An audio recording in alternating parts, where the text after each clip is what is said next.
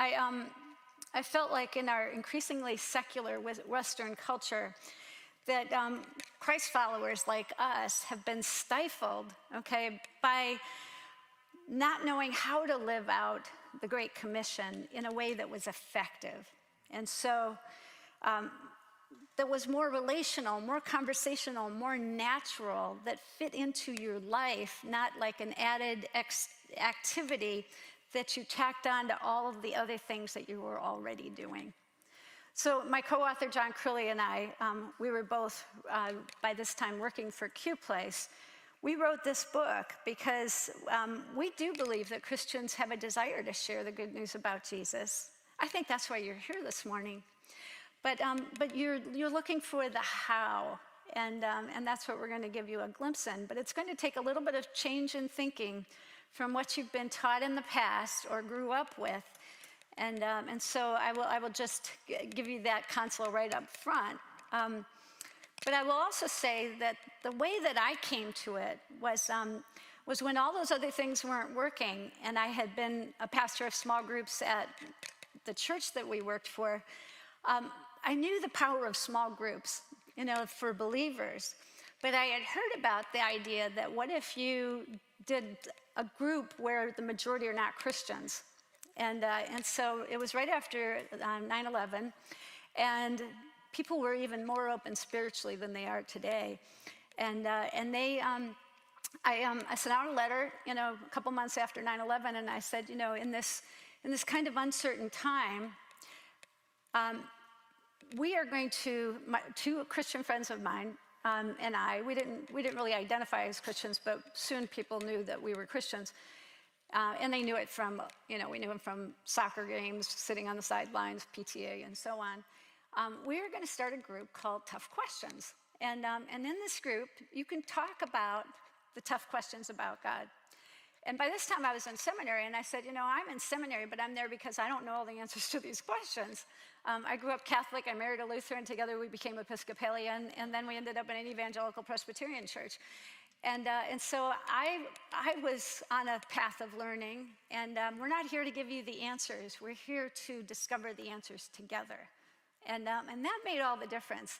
And that first day that we invited people, about a dozen women came, and they were curious. And we had a book actually that was called Tough Questions by Gary Poole, and it was just a facilitator's guide on how to talk about these questions in a way that was more dialogic, not like didactic teaching kind of stuff, telling people what to believe. And through this group, in the 5 years that we had this group, dozens of people came through my living room, and a total of 17 people met Jesus through the impact of this group.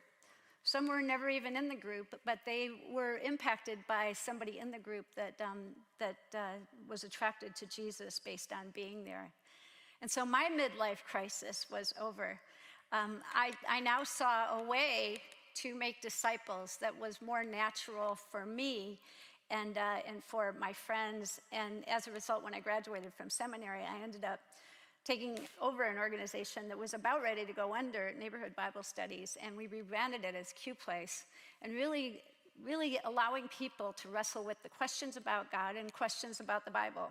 And so that's why I'm here today. So I'm going to now talk about the problem, okay? Because it's important to understand the problem before we can talk about a solution. And the real problem is Christians are increasingly challenged in talking about God with those who believe differently. And let's just look at the unchurched people, all right? They don't want to talk with Christians about God, okay? Why? Well, they've got examples out there, like Bullhorn Man, I'll call. We were at a music festival a few years ago, and it was a long snaking line to get into the concert. And there was a guy, and I'm sure he loved Jesus and he was being obedient to what God called him to do. But he had a bullhorn, and he was telling people through this bullhorn that they were going to go to hell when they die and they should repent. And people were drinking and having a good time and mocking this poor follower of Jesus. And that made people that didn't know Jesus less likely to want to hear from a Christian. But there's other ways. People feel judged when we talk to them, because we're trying to save them, but in the process of saving them, we sink them.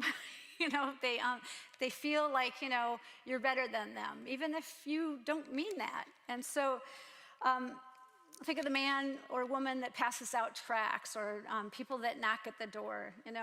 Jehovah's Witnesses, theologically a little bit from mainstream Christianity, maybe more than a little. But that, when that person comes to the door, what do? You go to the back of the house and hope that they didn't see you, through maybe a window, because you don't want to engage with somebody like that. And then you think of Christians, okay, who don't want to talk about God with the unchurched, okay? So I'm going to open it up, and I'm going to ask you, all right, because you probably all have this desire, but you also have some ambivalent feelings, okay? Just a phrase, don't need a full sentence. Something that causes you to pause about sharing the good news with somebody that is not a Christian. Anybody have anything? How to start. Okay, so that's a pause. Yes? Not wanting to be judged. So you got the same problem that the unchurched have. They don't want to be judged. We don't want to be judged. Yep. Offending them. Yes. How would you offend them? Laura, good to see you. When they hear the truth that they don't want to hear it, and they just want to slam the door on the relationship. Yep. Okay, so you brought up another one without even maybe meaning to, is you're worried that you will impact a relationship, especially if it's precious to you. If you already have a relationship with somebody, you pause because you don't want to make things awkward, messy between that person. What else? To sound disrespectful. To sound disrespectful. Yes, very good. Not knowing answers that they might. Yes, that's a big one for Christians. And you look at somebody that's maybe been in Bible studies for 30 years, and so it doesn't make sense not knowing the answers, because 30 years of Bible study probably should give you all the answers you need, but we always feel inadequate, right? Yep. What else? I'm sorry. Reputation.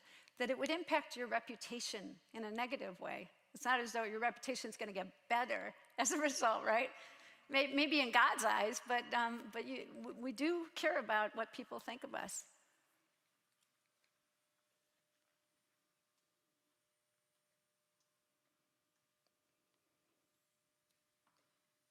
So here's, and we're going to talk a little bit more about this from other people's perspective, even beyond this room. But not liking evangelism has become one of the only things that Christians and non-Christians can agree upon, right? Is they don't like the E word. So the problem is that church attendance is declining. Tom Rainer, I don't know if you know who that is, but he's the president of Lifeway Research. He says that there's a troubling question, and that is the church in what he calls a death spiral. He claims that 65%, and this was 3 years ago, so it's probably higher by now, 65% of churches are declining or have plateaued. Very few baptisms are happening in most churches. David T. Olson, an author and a covenant leader, he says that there's an average of 15 to 17% of Americans that are in a church on any given Sunday. So it doesn't look real promising. As a marketing person in Silicon Valley, you'd look at the market, going like this, and you're thinking, I don't know if we want to invest in that one, So anyway, and this past week, I belong to an organization at the Wheaton College Billy Graham Center, where it's called ELF, E-L-F, so it's got a playful title, and it's an acronym for Evangelism Leadership Fellowship, in which 3 types of leaders come and gather twice a year. One is all of the evangelism ministry leaders, like Navigators InterVarsity, Alpha, Q-Place was always there, Organic Outreach. So, lots of organizations, heads, come to this conference every 6 months. Denominational leadership that represent evangelism, and city movement leaders that are trying to get a city movement going to spread the gospel in large cities and small. So we get together, and the goal of this organization is to find ways to collaborate and partner, with other evangelism organizations.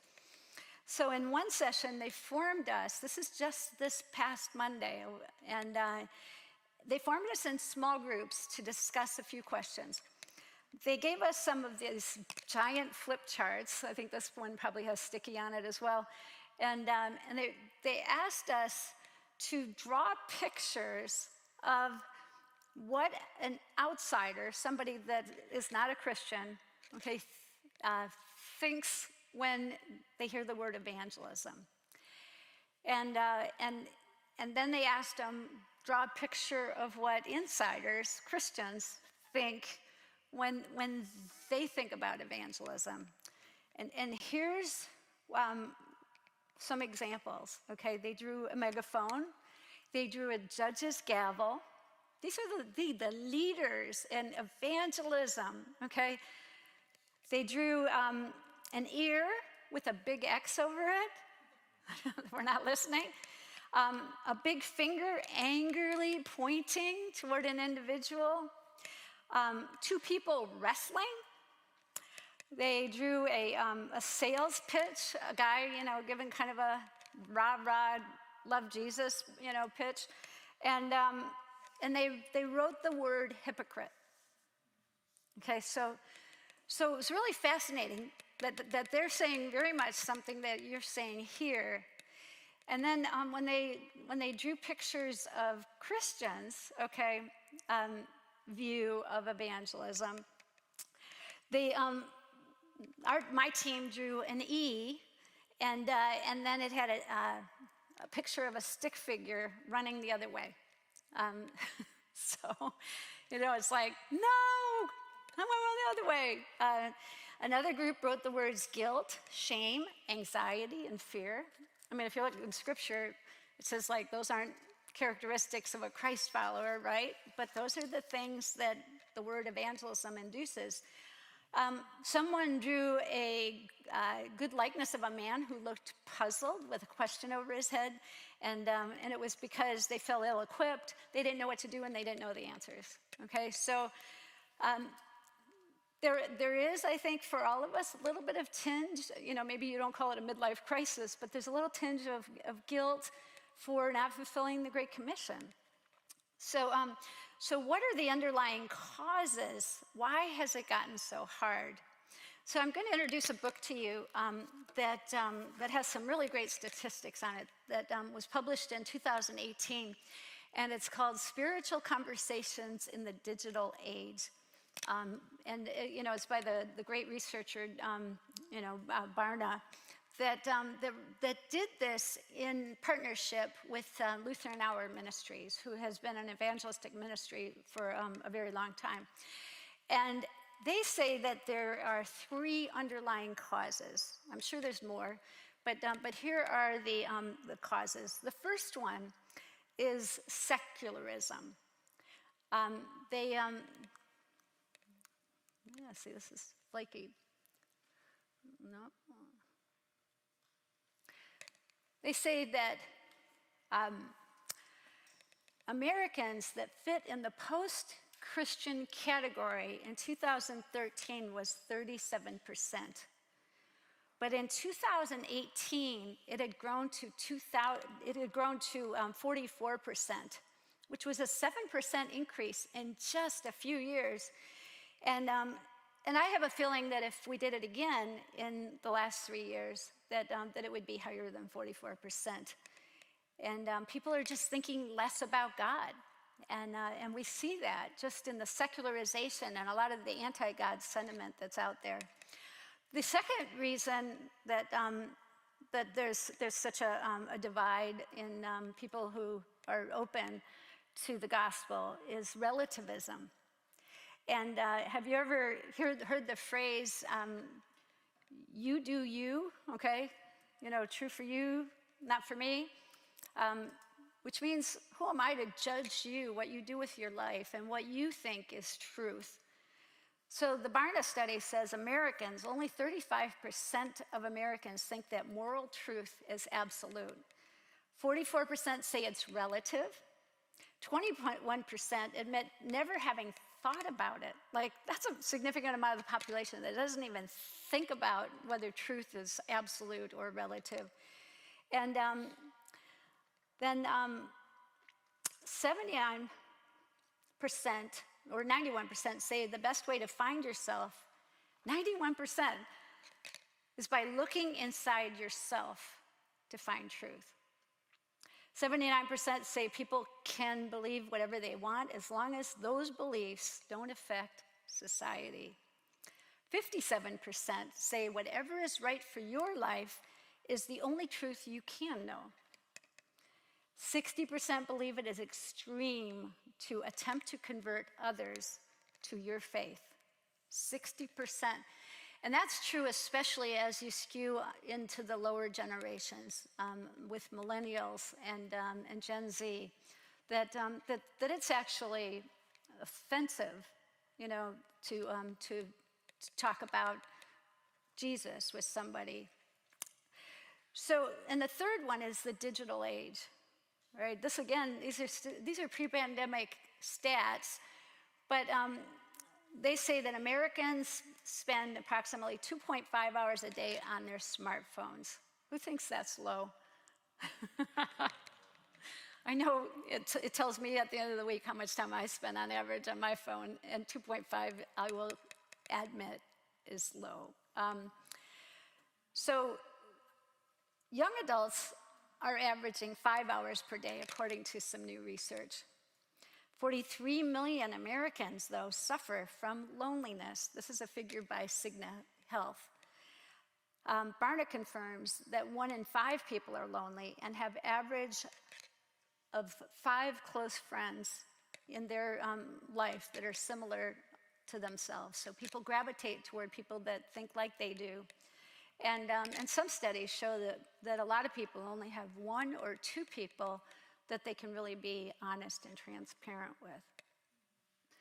So this study designed a qualitative and quantitative assessment of what's going on. So the goal was to get a sense of how Americans talk with each other about matters of faith. They thought about how often frequency, how often people had spiritual conversations, what their personal responsibility was, what impact technologies had, what are their experiences when they do talk about faith, what methods do they use to talk about faith, and who is likely to share. And so let's look at the number of conversations. Oh, I think I'm using this wrong. Number of conversations about faith in the past year. What you'll see is that 3 out of 4 Christians have had fewer than 10 spiritual conversations during this past year. Okay, 74% were considered what they called reluctant conversationalists. And only 1 out of 4 was what they called an eager conversationalist. So basically, you see that these last 2 are the eager conversationalists. The rest are on a scale of no conversations and a maximum of 9 conversations. Nearly half of all Christians admit they would avoid spiritual conversations if it meant that their non-Christian friend would reject them, 45%. So again, to reinforce why Christians and non-Christians don't have spiritual conversations, you'll see that the number one reason for Christians is that religious conversations always seem to create arguments, tension, and anxiety. The number one reason for people who are not Christians say that they're not religious and they don't really care about these kinds of topics. Okay, so you could summarize that in one word called apathy. There's other reasons, like religion has become politicized. And if it was true in 2018, it's really true in 2021. They don't feel they know enough. They don't want to be known, reputation, as a religious person. So, and then there's a second amount, a few more reasons. And these include, Christians don't know how to talk about spiritual topics without sounding weird. Afraid they'll be seen as an extremist, and that religious language sounds cheesy. Okay, that was the exact way that they phrased that. Now here's something that is good news, though, is that intimacy matters. Okay, and what we mean by intimacy is that you know somebody. Okay, knowing somebody is a game changer. So 1/3 of all adults say that they've made a big change in their life because of a conversation about spiritual matters. 1 in 3 Christians say that someone has come to believe in Jesus after they shared about their faith in Jesus. 9 out of 10 people who experienced a big life change say that conversation was with someone they know well or very well. And 7 out of 10 people say that life change was a result of multiple conversations with one person. 42% said that, or more than one person, 27% said that, and that 73% of these conversations happened in person. Now again, the pandemic may change that, and I have found that I've had some great spiritual conversations and have actually facilitated some evangelistic small groups on Zoom, and they work. So it'd be interesting to see what the follow-up study is on this. But the most common type of interaction when they did this survey was that led to life change was in person compared to phone calls, which was about 35%, and texting was about the same, and social media. And now there are some really great organizations out there like Explore God or Global Media Outreach that, and Crew does a good job at this, of having digital apps that really interact with people, even though people aren't interacting with one another. And so don't hear that that's not a good idea. It's really taking collaboration and partnership from all of us to spread the gospel. And it's also saying that some of the things that, even the bullhorn, okay, if God's called that person to do that, even if one person comes to Christ, that might be more, than some people have in a lifetime of leading somebody to a relationship with Jesus. So here's the question, okay? What if 1 out of 4 of those people that were called eager conversationalists, what did that look like? What did they do? You almost want to say, well, what did they do that the other 3/4 did not do? And so pay attention to this slide. All right, there's 5 characteristics of these eager conversationalists. And so I want you to even do kind of a self-analysis of yourself. And the first one is that belief in salvation through Jesus alone. That means that you need to know that your sins are forgiven through the death and resurrection of Jesus, to receive that free gift of grace and trust Jesus. Okay, the second one is a sense of personal responsibility That means that you know that to share your faith and obey Jesus' call to make disciples is real, and to pay attention to that. The third one is good spiritual practices, like reading the Bible, having a quiet time, somebody that prays, somebody that attends church, because it's a place where you can do those things. The fourth one is intentionality and readiness. That means that you're ready, willing, and able to seek opportunities to have faith conversations. And the last one, it seems simple, but it's important, and that is that you have confidence that and positive experiences that it could end well if you start a spiritual conversation. When you have that confidence that it could be somebody's game changer in their life, that you feel qualified to share your faith, that you report laughing. This is what I thought was interesting. It says that the people that were eager conversationalists reported that laughing, the whole like playful dinosaurs thing, were things that they expressed happened during a spiritual conversation, that they're glad they shared their faith. They felt joy and peace when sharing. And they saw people meet Jesus after sharing, so they had some success. So the question now is, what will it take to transition the reluctant conversationalists to eager conversationalists? Today we're going to focus on these last two characteristics, okay? If you're not really, doing a lot of these first three, this is something that your church should continue to build in you, okay? And that you should build in yourself and those around you. But today we're really going to talk about the intentionality and readiness and infuse confidence in you to lean toward being an eager conversationalist. Make sense? So here's what I want to ask you, all right? How many of you have ever gone to a country like New Zealand, England, Australia, that you drive on the other side of the road? I won't say the wrong side of the road, because to them it doesn't seem like the wrong side. But how many of you have tried to drive on the opposite side of the road? Raise your hand. Okay.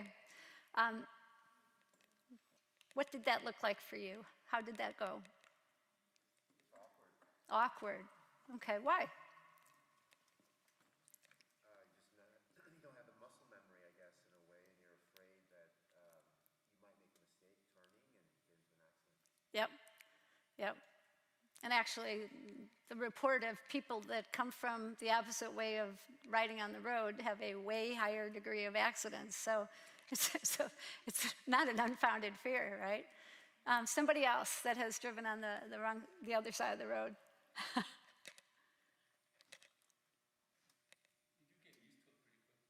You do get used to it pretty quickly. So once you got behind the wheel and you really concentrated, you found that it wasn't all that hard, but it's intimidating. My husband and I and our whole family went to New Zealand several years ago, and my husband and son, our son's a mechanical engineer, and Paul's really engineering oriented, and we gave them the job of driving. I'm probably more reactionary, and it would have been harder for me to train my mind really quickly, and so it is hard to change. But I bring this sign up because we're going to be talking about a paradigm shift, and so knowing that this may not feel natural to begin with is natural, and so we're going to be talking about.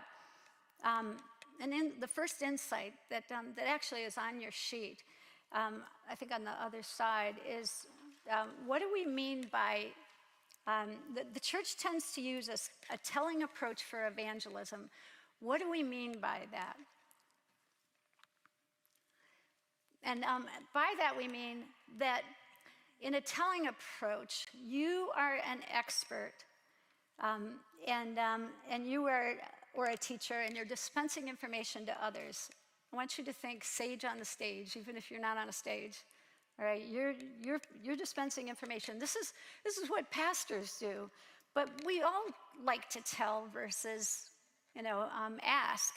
And so there's nothing wrong with this, especially in a setting where you're preaching, or that you're a teacher in another environment. People expect this.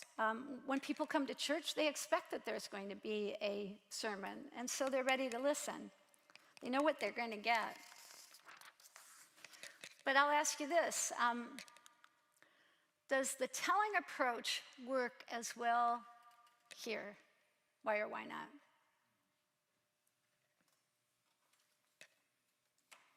It's supposed to be a conversation.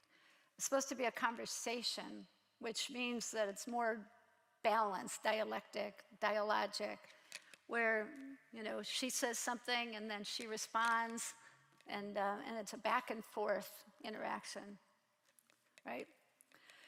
So how has this played out in your own experience? All right, when you were interacting with somebody, what do you lean toward, telling or asking? Yes. So whenever I shared with a non-believer, we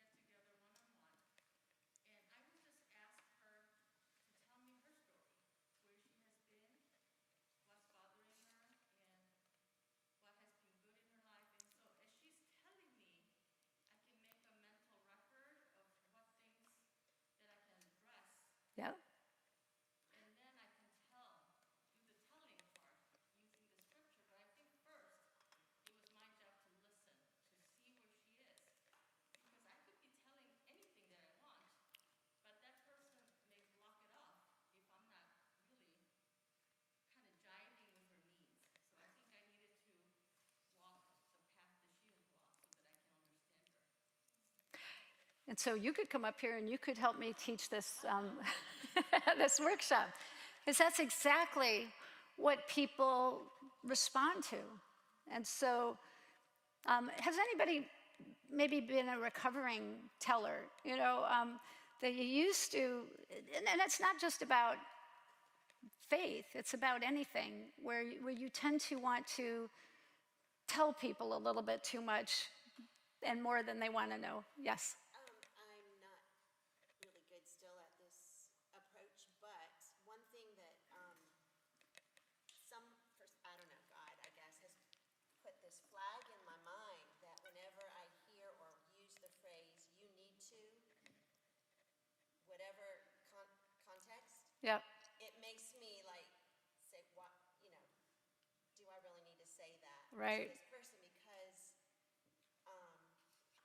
mostly I probably would never need to use that phrase, I think. Yeah. And, so I guess recovering, it's something I used to do a lot. That's- When I hear yeah. other people do it to me, it makes me also say, why do I need to do that? No matter what, if it's a spiritual conversation or not. But, Right.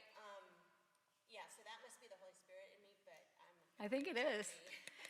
Well, and that's good that you recognize that. A lot of times we don't recognize that we are kind of doing one of these. You need to, and then we don't understand why the person's going talk to the hand. So anyway, yes.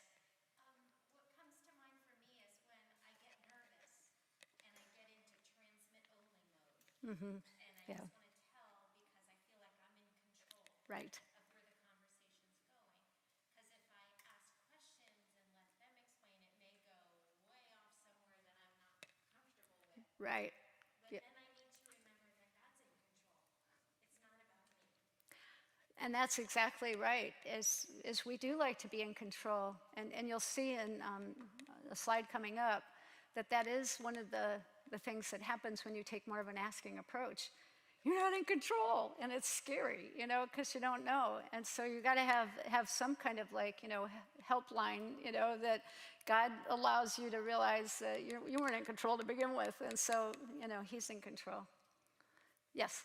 So I think it depends, the telling approach could work here, because some people are very complacent and they want direction.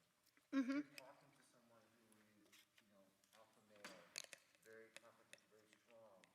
That might not work. You have to be a little bit more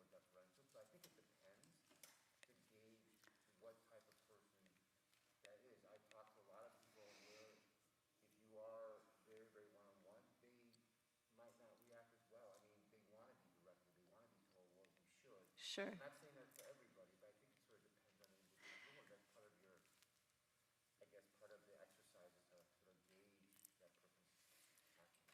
Right. And that's a good point. But the only way that you can do that is by having known who they are. Like these two people know each other. And so there is a time for telling, giving advice. But there's got to be a lot of trust building before that happens. You're kind of a spiritual archaeologist, you know, or an archaeologist, period, understanding the other person. Yes?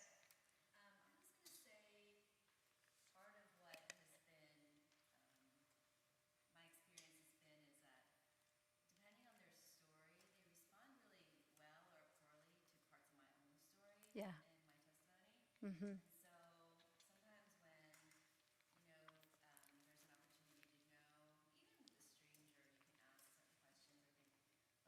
but particularly with people I know, and maybe even like youth, because I have different youth testimony stories in my mind of how I got to know Jesus better or differently. Mm-hmm. And so I share the one that is the part that is the most connecting to their own experience with God, and to those barriers that you run into in telling, you don't have as much when you understand the story that their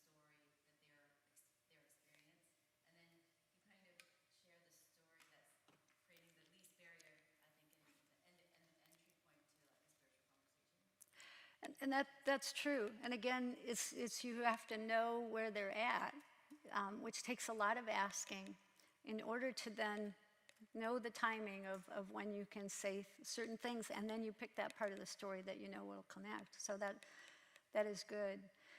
How many of you, and you don't have to raise your hand, but how many of you would, if you already in your mind, you know, went through those 5 criteria of eager conversationalists, you ask yourself, you know, am I already there? Would I qualify as an eager conversationalist? And or, you know, am I a reluctant one? And it's not for everybody else to know, but it would help for you to know where you are and what you need to. There, I use that. You need to. What would be helpful for you to know going forward about your own journey? You know, you look at, you know, a mall and a map, and you know it says big X, you're here. It's helpful to know where you're at. So we're going to now talk about the contrast between a telling approach and an asking approach, and we've already gone through that. But we're going to go in more detail on that. And a telling approach tends to be impersonal, one size fits all, it scales well, and it's easier to control.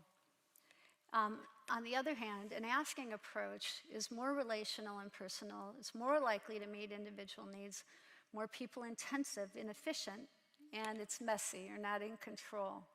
So again, it's not one is bad, the other is good.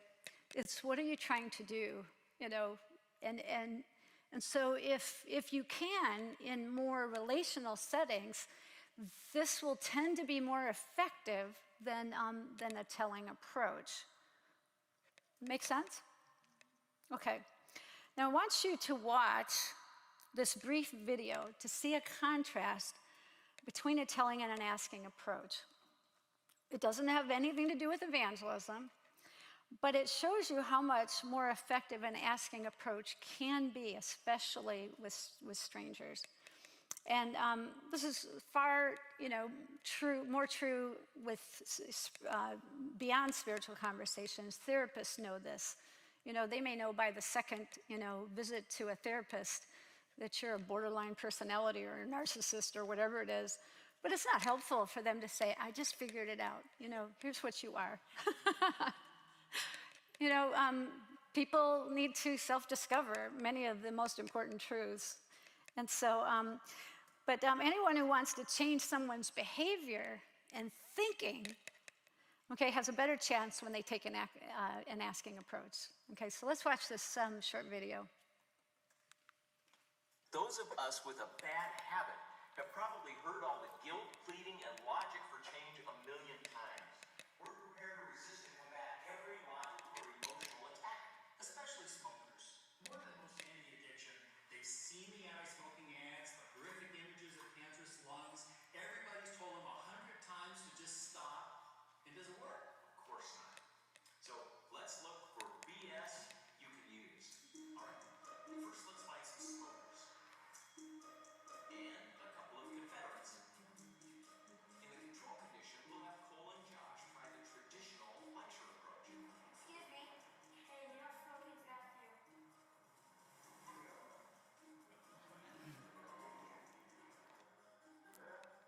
You guys know where you can get some help? If you want to quit, Hardly any takers. take it. 90% of the smokers responded resentfully. Just under half even took the paper when it was forced into their hand. So, reminding people of something they already know but don't want to think about didn't work. Now here comes the BS you can use. This time we'll have our intrepid Confederates try something different. We'll replace a tired lecture with an influential question. This time, Cole approaches the subject with a big cigarette and asks for a light.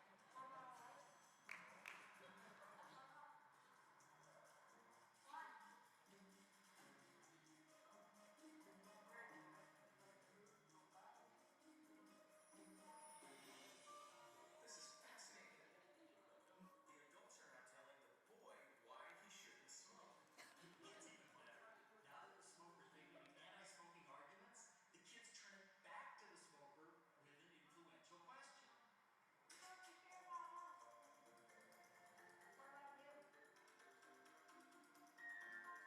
Just look at the body language this time as compared to the control condition. You don't see defensiveness, you see openness. Exactly. In this condition, close to 90% of subjects not only lectured the boys about the evils of smoking, but committed to trying to quit themselves. It gets even better. One of them saw the boys later and came back to continue the rant. Here, tell me. Every time somebody did with you, or you see it, or you see somebody smoking, you don't know where to go. Too bad. Otherwise, I would die in here. Now, the skeptical scientist in me wants to ask, so was that motivation just temporary? Sure, they pocket the paper, but do they actually do anything? Good question. When Ogilvy and Mather conducted the experiment in Bangkok, calls to the quit line actually went up 40% on the day of the experiment. We don't know if they actually quit, but we do know that their motivation lasted past the interaction. Yeah, so let's talk about this. Why did that work? I see a few things going on here, but let's focus on one of them. When you're trying to influence people who need motivation and not information, don't offer more information. Your only hope is to avoid provoking what psychologists call reactance. The best way to do that is not with speeches, but with questions. Give them a safe environment to explore motivations they already have. Exactly. The kids' approach allowed the smoker to feel emotionally safe, which allowed them to acknowledge their own ambivalence about their habit. So, I have to reintroduce them to values they already believe in by tricking them with a cute kid or a puppy. Close. Stop forcing them to take the wrong side of the argument by lecturing them. Instead, use questions to help them explore their own motivations at their own pace. Okay, so a couple comments on how this relates to evangelism.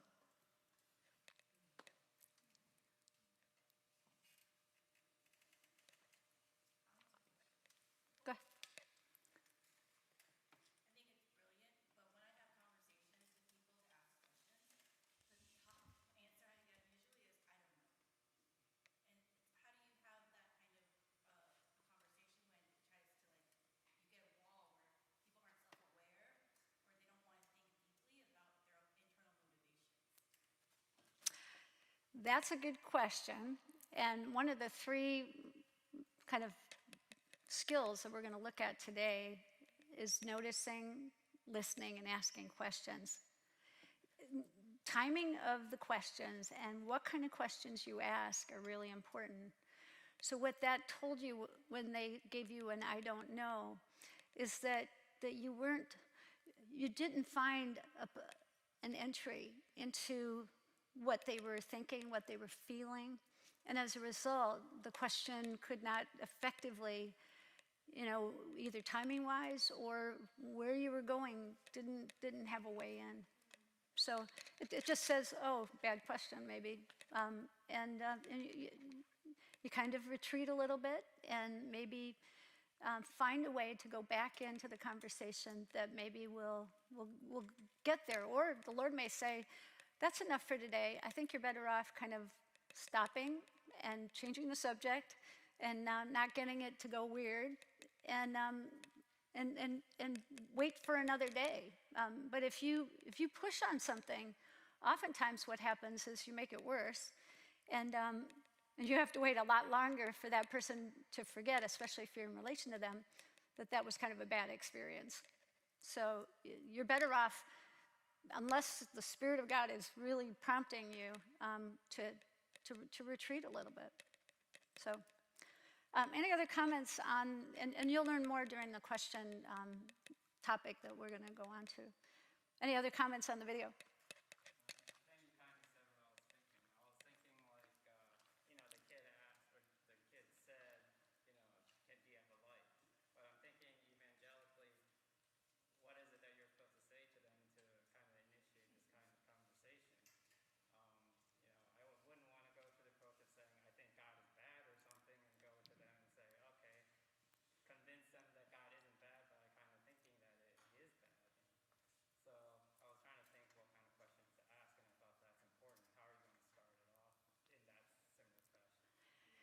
Did you notice that they called these influential questions? The word influential is important here, is again knowing what to ask. But what they did is they created a safe place, okay? And so one of the takeaways from here is to ask yourself, how can I make it a safe place for this person that I'm interacting with? Okay, if you ask that question of yourself, and maybe ask for an arrow prayer from, God our Father to give you a way to make it safe for that person. Because if they feel safe, and these guys that they were asking those questions to, it was fun, it was playful. They had made it safe. And it probably would have even been different if they were adults that were doing it rather than kids. Okay, the kids made it safe because they didn't feel threatening. So that's probably one of the big takeaways there. We're gonna need to go on, and I'm gonna introduce a second insight. And the insight is that an asking approach draws people near and builds relationships. Okay, I'm gonna say it again. And insight number 2 is an asking approach draws people near and builds relationships. Think again,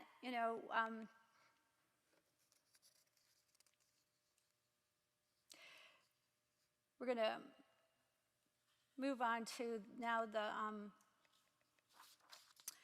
third insight that we've already really gone over, insight number 2, and that is when you take an asking approach, you need more skills because it's more relational and interactive.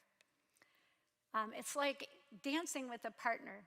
Okay, you may be a fabulous dancer, but if you have a partner that's really a klutz, you have to compensate for that person that you're dancing with. And so you're not only learning the steps that you will take, but you have to learn the steps that your partner is going to take. And so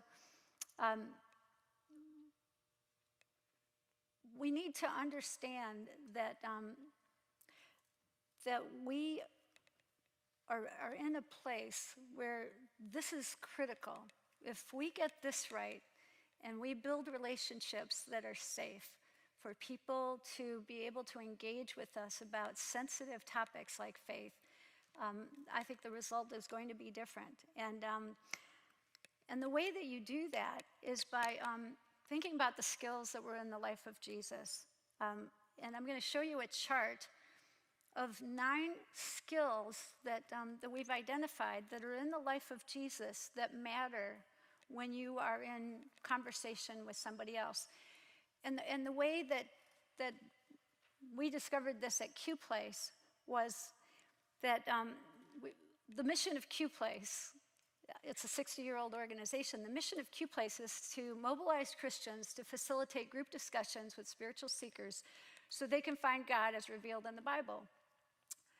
But we would tell Christians about this, and we would tell them stories, about how many people came to Christ in these groups. But what happened is they weren't starting these groups, and so we were saying, why? And here we were asking them to be eager conversationalists, and most of them were reluctant conversationalists. And so we had to say, well, how could we, and a lot of them were really strong Christians with good spiritual practices, but they didn't have the skills that they needed, and they didn't have the confidence that these skills would help them. And so what we did is we started to kind of like look at what were eager conversationalists doing to have effective spiritual conversations. And that, along with looking at the life of Jesus, we noticed that these 9 would give these Christians that wanted to start these groups, where the majority were not Christians, to have ongoing spiritual conversations with them, not just one at a time, but like ongoing ones every week, that these skills would help them to do that. So I'm just going to talk about these briefly, but the first row of these, noticing, praying, and listening, I want you to think about this. We call these getting ready, okay? And the reason we call them getting ready, how many of you in this room are introverts? Raise your hand. Okay, my husband's an introvert. You didn't raise your hand. Did you notice that all 3 of those don't require any speaking? Okay, this is a heart job, all right? Noticing is look at the life of Jesus. Jesus noticed Zacchaeus in the tree. He noticed the woman at the well. He noticed when a woman touched him. Noticing is the first one here because God is doing things all around us, and it's our job to notice what he's doing. Praying, okay, again, we tend to talk with people about God before we talk to God about people, right? And then we go back to God and say, well, how come that didn't work? So praying is an essential part. And I know Todd talked about in his message last week on John 20, he talked about the importance of prayer in the Great Commission, in evangelism. And so praying has to be a part of it. I have in my journal a list of people that I pray for every week, a couple times a week, that I'm asking God to break through in their heart, to take the blinders off their eyes. So praying for people before you're talking to them about God is essential. How many as a regular habit do that? I don't expect anyhow, most, sadly, I think that's not our tendency. So we've got one over here that maybe does, kind of halfway. and does it help? Yep. Our son is not a believer out of our 3 kids. And I pray for him every single day, and I have a list of things I'm praying for, to really, it's a spiritual battle for my son's soul. And so it's really essential that you put prayer in your opening lineup. Listening, again, many people feel like listening is so closely tied with love that you can hardly distinguish it, because listening is saying, I value you, you're important. So these 3 are getting ready. These 3 are getting started and asking questions. We've already talked a lot about that, but Jesus asked over 300 questions in the Gospels. So he was more of a question asker than he was an answering. And a lot of times when people did ask him questions, he answered with a question. Okay, And there was a reason for that. It was to make people think, because questions make people think. And it's like playing like tennis or ping pong, where it's a back and forth interaction. Loving, did you notice that this is not, it's not an accident? Loving is kind of at the tic-tac-toe, grid here. That loving is the center. And there's so many ways to show love. It could be when a new neighbor moves into your neighborhood, to just take over, like, a bottle of wine or cookies or something that says, we're glad you're here, and that does link to being welcoming. One thing I've noticed from the beginning of being here is how welcoming your congregation is. Todd and Laura took us out to dinner last night, and the pastors all came up and introduced themselves to me. And so this is something, and you've been so helpful in the technology, David, right? And so welcoming counts. And we see Jesus as a welcomer. We're going to be talking about John 21 tomorrow, but Jesus welcomes the 7 disciples that were out fishing and produced a miracle of fish catch. And then he welcomed them and made them breakfast of fish and bread. So welcoming is important. And these 3 are called keeping it going. Okay, so they facilitating is a skill to keep, and this is really more of a group activity where you honor the people that are in your group. And Jesus facilitated conversations with his disciples, his 3 years as he was discipling them. Serving together. There's sometimes things that you can do with non-Christians that don't have anything to telling them the gospel, but they see the gospel lived out and help them process what they saw and what it might mean as far as the existence of God. And this one, sharing, we know this one, but it's in the context of a relationship. Okay, if you think about the telling approach, it's really this without all of these other skills. So which is a richer relational builder, this or the other? Now here's what we're going to do for the remaining time before we do the break, and that is we are going to, how many of you were able to take the assessment before you came? Okay. Did you bring your results by chance? Okay, good, thank you. If you did not, life is busy, no big deal. So here's what we're gonna do. For those that have taken the assessment, we're gonna take, let's see, we're gonna take about 10 minutes to break into pairs, find somebody at your table, or if there's an odd number, find another person at another table. And I want you to answer these questions. What did you learn about yourself? What are your strengths? And this is on your handout too. And where do you want to improve? What I want you to understand, we tend, when we get a low grade, on some particular part of the assessment, you're focused on that.